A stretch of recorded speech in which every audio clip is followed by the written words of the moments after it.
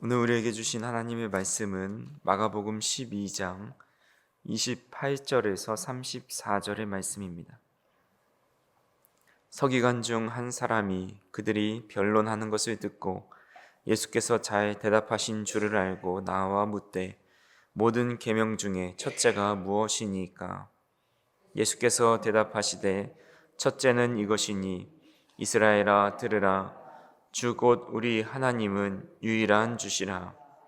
내 마음을 다하고 목숨을 다하고 뜻을 다하고 힘을 다하여 주 너의 하나님을 사랑하라 하신 것이요. 둘째는 이것이니 내 이웃을 내 자신과 같이 사랑하라 하신 것이라. 이보다 더 큰 계명이 없느니라. 서기관이 이르되 선생님이여 옳소이다. 하나님은 한 분이시요 그 외에 다른 이가 없다 하신 말씀이 참이니이다. 또 마음을 다하고 지혜를 다하고 힘을 다하여 하나님을 사랑하는 것과 또 이웃을 자기 자신과 같이 사랑하는 것이 전제로 드리는 모든 번제물과 기타 제물보다 나으니이다. 예수께서 그가 지혜 있게 대답함을 보시고 이르시되 내가 하나님의 나라에서 멀지 않도다 하시니 그 후에 감히 묻는 자가 없더라. 아멘. 오늘도 귀한 시간 새벽에 나오신 우리 성도님들 가운데 하나님의 은혜와 또 주님이 주신 은총으로 귀한 말씀을 깨닫는 지혜와 또 하루를 살아갈 수 있는 귀한 하나님의 능력이 함께 하시기를 간절히 소망합니다. 예수님이 유월절을 앞두시고 이제 예루살렘에 올라가셔서 계속해서 논쟁에 휘말리고 있습니다. 마가복음 11장 27절 이하에서는 대제사장 또 서기관 장로들이 찾아와서 무슨 권위로 성전에서 소란을 피우느냐라고 시비를 합니다. 또 12장 13절 이하에서는 바리새인과 헤롯 땅 사람들이 예수님의 말씀을 흠잡으려고 가이사에게 세금을 바치는 것이 옳으냐라고 물어봅니다. 또 12장 18절 이하에서는 사두개인들이 부활에 대해 물어보면서 예수님을 곤란하게 하려고 시도를 합니다. 이렇게 세 번에 걸친 이야기는 예수님에게 적대적인 입장을 취한 이들의 이야기인 반면에 이제 네 번째로 등장하는 이야기는 호의적인 입장을 가진 서기관이 등장합니다. 그동안의 논쟁 과정 속에서 예수님의 말씀이 정확하고 매우 시원하게 답변하시는 것을 깨달은 이 서기관은 예수님께 찾아와 물어보는 겁니다. 28절에 보시면 서기관 중 한 사람이 그들이 변론하는 것을 듣고 예수께서 잘 대답하신 줄을 알고 나와 묻되 모든 계명 중에 첫째가 무엇이니까? 라고 질문합니다. 모든 계명 중에 첫째가 무엇입니까? 이 질문은 트집을 잡으려는 것이 아니라 자신이 알고 있는 것들을 확인하고자 찾아온 것입니다. 우리가 첫 번째 시비에 연루된 이들 중에서도 서기관들이 있었습니다. 성전에 소란을 피우느냐, 무슨 권위로 이런 일을 하느냐에 대해서 서기관들이 찾아왔는데, 이 서기관들은 당시 유대의 최고의 신학자들이었습니다. 근데 네 번째 이야기에 등장하는 이 서기관은 같은 서기관이었지만 그들과 뜻을 달리한 서기관 같아 보입니다. 이 사람은 복음에 대해 열린 생각을 가지고 있었습니다. 그래서 같은 서기관이다 할지라도 사람들에 따라 복음을 받아들이고 받아들이지 않는 것을 보게 됩니다. 그래서 본문에 따르면 이 서기관은 예수님을 통해서 으뜸이 되는 계명이 무엇인지를 물어보지만 사실은 그는 이미 다 알고 있었을 것입니다. 성경에 능통한 사람이었기 때문에 다 내용을 몰라서 물어본 것이 아니라 자신이 그렇게 생각하는 것이 맞는지를 예수님께 한번 확인해 보고 싶었던 것으로 보입니다. 그래서 예수님은 가장 중요한 계명이 무엇이냐라고 묻는 것에 대해서 신명기 6장 4절과 5절의 말씀을 인용하십니다. 이스라엘아 들으라 우리 하나님 여호와는 오직 유일한 여호와이시니 너는 마음을 다하고 뜻을 다하고 힘을 다하여 내 하나님 여호와를 사랑하라 라는 아주 유명한 쉐마의 말씀을 하고 계십니다. 예수님 당시의 모든 이스라엘 남자들은 아침과 저녁으로 이 쉐마의 말씀을 낭독하고 암기해야만 했습니다. 그들이 이것을 암기해야 하는 것은 그들이 무슨 말을 듣고 살아가는지가 그들의 삶에 매우 중요했기 때문입니다.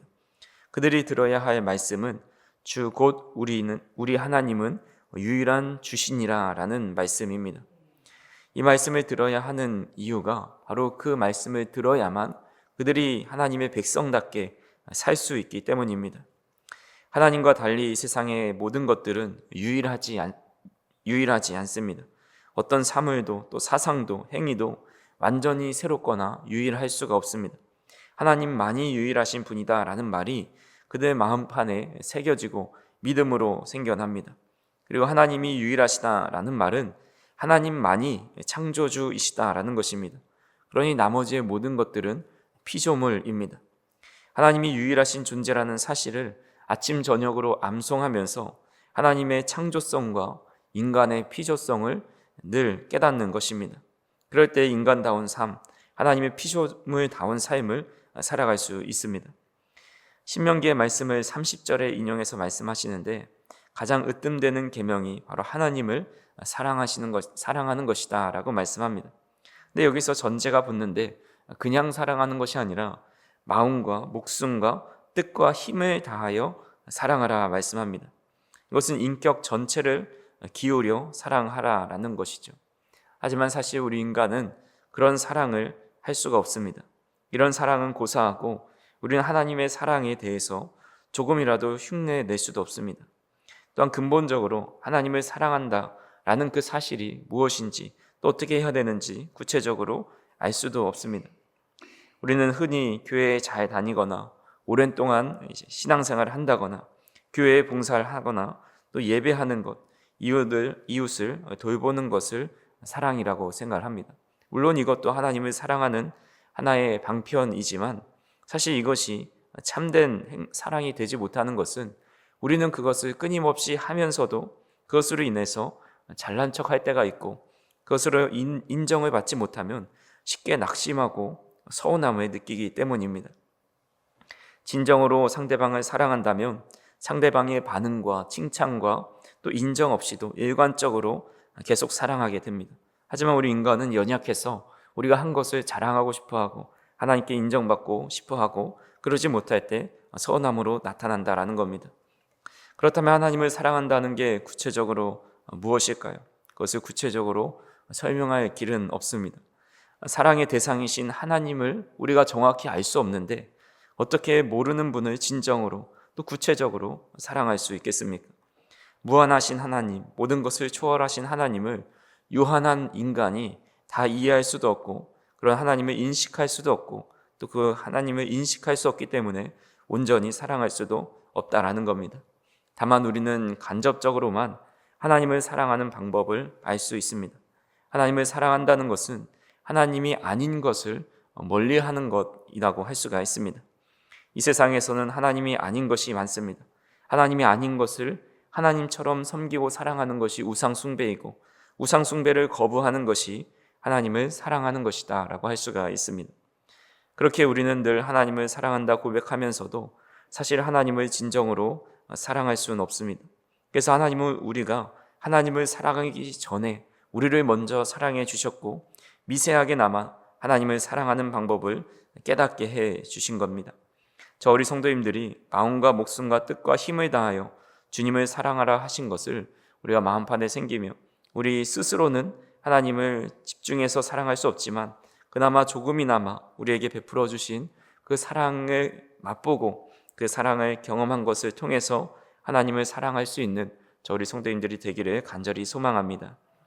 이어서 주님은 말씀하십니다. 31절에 보니까 둘째는 이것이니 내 이웃을 내 자신같이 사랑하라 하신 것이라 이보다 더 큰 계명이 없느니라 라고 말씀합니다.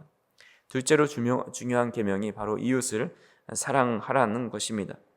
하나님 사랑은 막연하게 들리지만 이웃 사랑은 그나마 좀 더 구체적으로 들립니다. 여기에도 사랑이 무엇이냐 하는 질문이 따라오죠. 이웃이 굶주렸을 때 먹을거리를 나누고 또 아플 때에 돌봐주고 힘든 일을 당할 때 서로 돕는 것을 사랑이라고 할 수가 있습니다. 그런데 문제는 이런 이웃 사랑을 어느 정도까지 실천해야 하느냐입니다. 본문은 자기 자신을 생각하듯이 이웃을 사랑하라 말씀하고 있습니다. 이런 경지에 오르기까지 대다수의 사람들이 불가능하고 웬만한 훈련을 하더라도 의지를 다지더라도 쉽지 않은 것입니다. 우리가 예를 들어서 우리 주변에 희귀병에 걸린 이웃이 있다면, 암에 걸린 사람이 있다면 수천만 원의 치료 비용과 요양 비용이 들어간다고 생각해 보십시오. 그는 이제 그것을 지불할 돈이 없습니다. 그렇다면 그 이웃의 아픔을 보고 내가 빚을 내서라도 그 치료 비용을 대야 하는가, 이런 생각을 해보았을 때에 참 그러기가 쉽지 않다라는 것입니다. 만약 내가 그런 병에 걸려서 치료받는데 수천의 비용이 필요하다면 대출을 받아서라도 비용을 지불할 것입니다. 근데 우리는 이웃에 대해서 적당한 선에서만 하면 그 실천을 다 하는 것처럼 보이지만, 사실 성경이 요구하는 이웃 사랑은 내 자신과 같이 사랑하라라는 것입니다. 예수님도 우리 인간이 타인을 위해 자신과 같이 사랑할 수 없다라는 것을 알면서도 이렇게 말씀하신 이유가 무엇일까요? 몇 가지 이유가 있지만 한 가지만 살펴보면, 하나님 사랑과 이웃 사랑은 윤리적인 규범이라기보다 오히려 인간의 한계와 하나님의 은총을 말하려고 하기 때문이다라고 생각이 듭니다. 인간 스스로에게는 사랑의 능력이 없기 때문에 끊임없이 하나님의 은총을 구해야만 그나마 하나님께서 말씀하신 하나님을 사랑하고 이웃을 사랑하라라는 그 말씀을 조금이나마 실천할 수 있다라는 것입니다. 독일의 신학자인 고가르텐이라는 분이 이런 말을 했습니다. 하나님이 인간에게 요구하는 것을 하나님이 그에게 주실 경우에만 인간은 그것을 수행할 수 있다라는 말을 하였습니다. 우리는 하나님께 우리를 불쌍히 여겨주셔서 하나님을 사랑하고 이웃을 사랑할 수 있는 그런 사랑의 능력을 달라고 기도해야 합니다. 이것이 주님을 따르는 사람들이 최우선으로 가져야 할 사명이고, 그래야만 우리가 그 사명을 감당할 수 있습니다. 서기관은 말합니다. 33절에 또 마음을 다하고 지혜를 다하고 힘을 다하여 하나님을 사랑하는 것과 또 이웃을 자기 자신과 같이 사랑하는 것이 전제로 드리는 모든 번제물과 기타 제물보다 나으니이다 라고 대답합니다. 하나님 사랑과 이웃 사랑이 번제물보다 낫다고 이야기합니다. 서기관은 신앙생활에서 무엇이 중요하고 무엇이 부수적인 것인지를 명확하게 알고 있었습니다. 번제물은 제물을 태워서 하나님께 드리는 이런 제사 행위입니다. 그들이 번제물을 바치는 것을 통해서 자신들의 죄가 용서받을 수 있었습니다. 짐승을 태울 때 나오는 연기가 하늘로 올라갑니다. 그래서 번제는 그들에게 가장 거룩한 행위이고 자신의 죄를 해결받을 수 있는 해결책이었습니다. 근데 문제는 그것이 세월의 변화에 따라서 하나님과 밀접한 관계 속에서 이루어지는 영적인 제사가 아니라 더 세련된 번제 행위에만 마음을 두고 있었다라는 겁니다. 특히 제사장들은 제사 행위를 이용해서 수입을 늘리고 자신의 종교적인 지위를 강화합니다. 가장 거룩한 행위가 가장 세속적인 행위로 바뀌어진 셈입니다. 이런 모습은 우리 신앙생활 속에서도 깊이 뿌리 내리고 있습니다. 본래의 예배의 정신, 하나님께 영과 진리로 나가는 것이 아닌 화려한 예배, 눈에 보기 좋고 귀에 듣기 좋고 개인의 기호에 맞추는 그런 예배를 원할 때가 많이 있습니다. 교회도 성도들의 종교적 기분을 맞추기 위해서 온갖 예배 프로그램들이 개발되고 있습니다. 하나님이 아니라 사람이 주인공으로 나설 때가 있습니다. 하지만 서기관은 성도가 행해야 할 가장 중요한 것을 놓치지 않고 있습니다. 지금까지 등장한 서기관들과는 전혀 다른 모습이죠. 주님은 그 서기관을 칭찬하십니다. 본문 34절에 보시면 예수께서 그가 지혜 있게 대답함을 보시고 이르시되 내가 하나님의 나라에서 멀지 않도다 하시니 그 후에 감히 묻는 자가 없더라 라고 말씀합니다. 그가 지혜 있게 대답함을 듣고 내가 하나님 나라에 멀지 않았다라고 말씀합니다. 이 말씀은 곧 지혜 있는 자가 하나님의 나라에 들어가기 쉽다라는 의미로 해석할 수가 있습니다. 여기서 지혜는 세상에서 얻는 지혜가 아니라 비록 세상에서는 좀 부족해 보여도 진리의 소리에 귀를 열고 있는 사람, 하나님을 아침 저녁으로 창조주를 믿고 있는 사람, 예수님만이 참 구원자 되시고 진리를 선포할 수 있는 분이라는 것을 믿고 있는 지혜로운 사람을 의미합니다. 그렇게 간절히 바라기는 하나님을 바로 알 수 있는 지혜, 예수님만을 구주로 주인으로 섬기고 살아가는 지혜, 주님의 말씀을 청종하는 지혜가 저 우리 성도님들에게 있기를 간절히 소망합니다. 말씀을 정리합니다. 예수님께서 말씀하신 가장 큰 계명은 단순한 윤리적인 명령이 아닙니다. 예수님께서 인간이 스스로 이룰 수 없는 그 사랑의 본질을 말씀하신 것입니다. 하나님의 마음과 뜻과 힘을 다하여 사랑하는 것, 그리고 이웃을 자기 자신의 몸처럼 사랑하는 것, 이 두 가지는 한 가지로 귀결된다 할 수가 있습니다. 하나님께 받은 사랑으로 하나님을 사랑할 수 있고, 하나님께서 주신 사랑으로 이웃을 사랑을 조금이나마 실천할 수 있다라는 것입니다. 이 사랑은 우리의 결심이나 도덕심에서 나오는 것이 아니라 우리를 먼저 사랑하신 그 하나님의 은혜에서 비롯됩니다. 그래서 우리가 할 일은 하나님의 사랑을 구하고 또한 지혜로운 사람이 되어서 하나님을 온전히 섬기고 사랑하는 자가 되고, 또 그 사랑이 우리 주변에 흘러가도록 주님의 말씀에 또 주님의 마음에 순종하는 것입니다. 그럴 때 주님께서 서기관에게 하신 말씀처럼 내가 하나님 나라에서 멀지 않다라는 칭찬을 저와 또 성도님들 가운데 함께 받게 될 것입니다. 그래서 오늘도 기도하는 이 시간을 통해서 하나님, 오늘 제가 하나님을 알 수도 없고 하나님을 온전히 사랑할 수도 없사온데 하나님께서 오늘도 우리에게 크신 사랑을 베풀어 주셔서 그나마 주님을 사랑할 수 있도록 인도하여 주시고, 내 몸과 같이 사랑하라 하신 그 말씀대로 내 몸처럼 남을 사랑하지 못하지만 조금이나마 그 사랑을 실천해 갈 수 있는 하루가 될 수 있게 도와달라고 주님께 하나님의 사랑을 구할 수 있는 귀한 시간이 될 수 있기를 간절히 소망합니다. 오늘도 한 주도 주님을 더 사랑하시고 주님의 사랑을 실천하는 한 주가 될 수 있기를 주님의 이름으로 축원합니다. 기도하시겠습니다. 사랑과 은혜가 풍성하신 하나님 아버지, 오늘도 우리를 너무 사랑하셔서 주님의 몸된 자리에 또 주님의 귀한 새벽의 제단에 우리를 인도하여 주시니 참으로 감사를 드립니다. 하나님 사랑과 이웃 사랑의 모든 율법의 완성이고 가장 중요한 것임을 알지만 우리는 여전히 연약하여서 자기 중심적인 사랑에 머물 때가 많이 있음을 고백합니다. 하나님, 우리 안에 참된 주님의 사랑의 능력을 부어 주시옵소서. 마음과 뜻과 힘을 다해 주님을 사랑할 수 있도록 인도하여 주시고, 그 사랑으로 내 자신과 같이 이웃을 사랑할 수 있는 우리 모두가 될 수 있도록 인도하여 주옵소서. 무엇보다 예배와 또 봉사 중요하지만 정말 그 중심 가운데 하나님을 사랑하는 마음을 잃지 않을 수 있도록 인도하여 주시고, 늘 사랑의 마음과 감사의 마음을 가지고 예배하고 봉사하고 주님을 섬길 수 있는 우리의 삶이 될 수 있도록 인도하여 주시옵소서.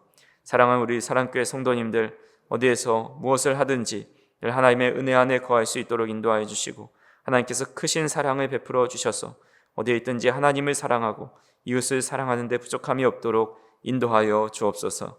예수님의 이름으로 기도하옵나이다. 아멘.